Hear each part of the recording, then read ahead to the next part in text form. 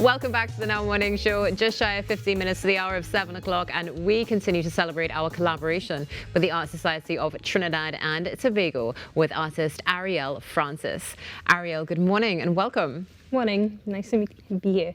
It's a pleasure to be here. It's a pleasure to meet you as well. Your artwork definitely has captivated all of us this morning. But before we get into your pieces in detail, let's learn a little bit about you, the artist. How did your journey begin? Okay, so again, my name is Ariel Francis, and my journey began in, secondary school. I always had a love for art. But the thing is, I didn't enjoy painting. So at secondary level, I did keep.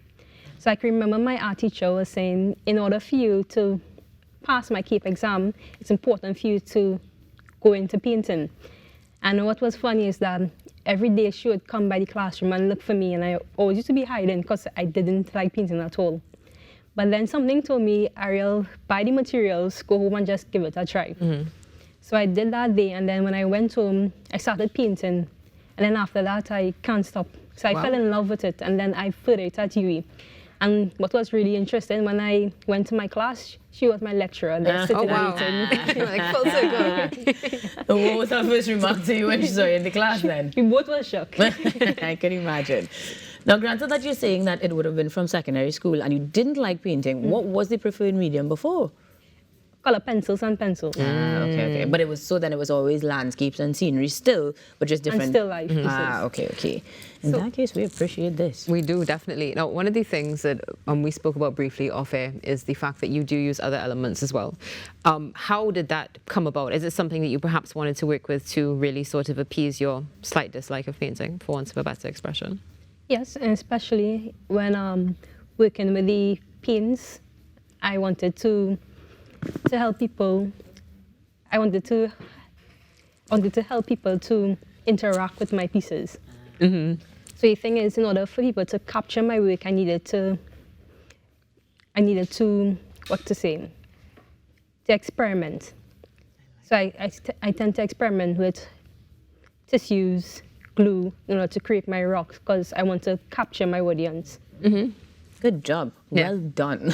Because somebody was touching the paintings beforehand. But it really does add to that hyperrealism. And I want to ask, is that something that you discovered over time, or it was always part of your work, even with the other mediums previously? I discovered it over time. And that happened during COVID. I spent a lot of time working with my acrylic paints. And I wanted people to look at my work and be like, is that an image or is that a painting?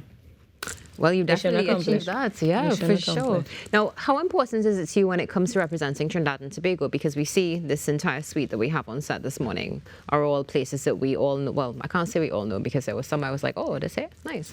But tell me, how important is it to represent Trinidad and Tobago to you? So my aim is to represent Trinidad's beauty, its nature. Because again, many people mightn't even be familiar with some places. So I wanted to take that opportunity and create it on a canvas. And people will have the opportunity, to purchase a canvas and they could admire that piece at home. Yeah, definitely. I can't get over the way you've actually so accurately captured everything. And I'm definitely going to try my best to not touch any more paintings for the rest of the week. But let's get into some of the paintings, because we've spoken about them, but of course the viewers at home will have them all week long on set with us to enjoy. So we will start with the one that is closest to you, Ariel, that actually does have a bit of texture to it and gives us a feel for the space. First of all, what is the name and what is the location? Okay, so this piece is Macreep. It's located in the West, down Chagramas. So as you can see, I added a lot of textures in my work. The same thing with the tissues and the glue to create a three-dimensional look. And with my trees, in order to get my trees like this, I did a lot of experiment with my paint brushes. So I tend to take multiple paint brushes and tape it together in order to create the texture of my trees. I was wondering, because it kind of looks like when you do sponges in terms of creasing, those sorts of replicas of pattern, but I really looked closely and it's not repetitious at all. It explains why. It's got different brushes. So I allowed my brush to create the pattern. Oh, wow. Oh, I'm excited. So this one is Macreep, yes? Yes. All right. And how long did it take you to create that piece? This piece took 2 days. Wow. Make it look easy, why don't you? It's science. Right? It's science and art. Ariel, let's talk about this next piece that, of course, iconic to Trinidad and Tobago. How did you start the process of creating this, and what's the name of it? And this one is Fort George. So I always admire the location, and there's something just about the angle of this piece. So what I did, I began taking pictures, and I wanted to create this hyper-realistic look. So I spent a lot of time observing and paying attention to the textures of the trees, the light source, and doing a lot of sketches. And this piece actually took 6 hours. So I began 6 o'clock in the morning, and I finished around 10 o'clock at night. So I spent all day working on this piece. Let me interject a little bit. When you talk about spending so many continuous hours on a piece, it means that your family allows you to be undisturbed, or do you get like a little poking every now and then? How do you actually execute? What is your space like? Okay, so I usually work in the garage. So yes, I am undisturbed, no one bothers me, so I spend the whole day painting. So I will stop maybe to eat and then go back. So I'm always in and out. But once I start a painting, I can't stop. And I remember this moment when I was working on a piece, a large piece, and I started painting, but then I realized I couldn't turn back to the left side because my easel was facing my right. So it gave me stiff neck. Oh, so I spent all day painting. Oh boy, oh boy. Well, this next piece is pretty large as well. So far, my personal favorite of the collection that we have on set, and it may be going home with me, but this one in particular, featuring 2 macaws, is called what exactly? Ethereal Echoes.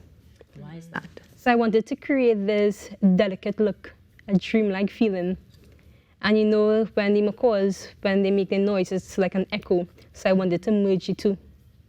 Well, you definitely did there. That is for sure. And the majesticness of the birds. Now, let's go on to this next one and the final one. This one definitely, I think it caught both of our eyes, Ayanka, because it quite different, and yet somewhere that is renowned in Trinidad and Tobago. Tell us about this piece and the name of it. Okay, this one is Carney Boardwalk. So the reason I chose this angle, I wanted to welcome my viewers into the painting. So it come like you were traveling into my piece. And I added the birds as well to give people the idea of the Carney Boardwalk, because not many people are familiar with this. Thank you for teaching me. Yeah, I definitely did not know the Carney Boardwalk altogether, and the perspective is spot on. Definitely felt like I was about to walk down the boardwalk. So I really appreciate your work this morning.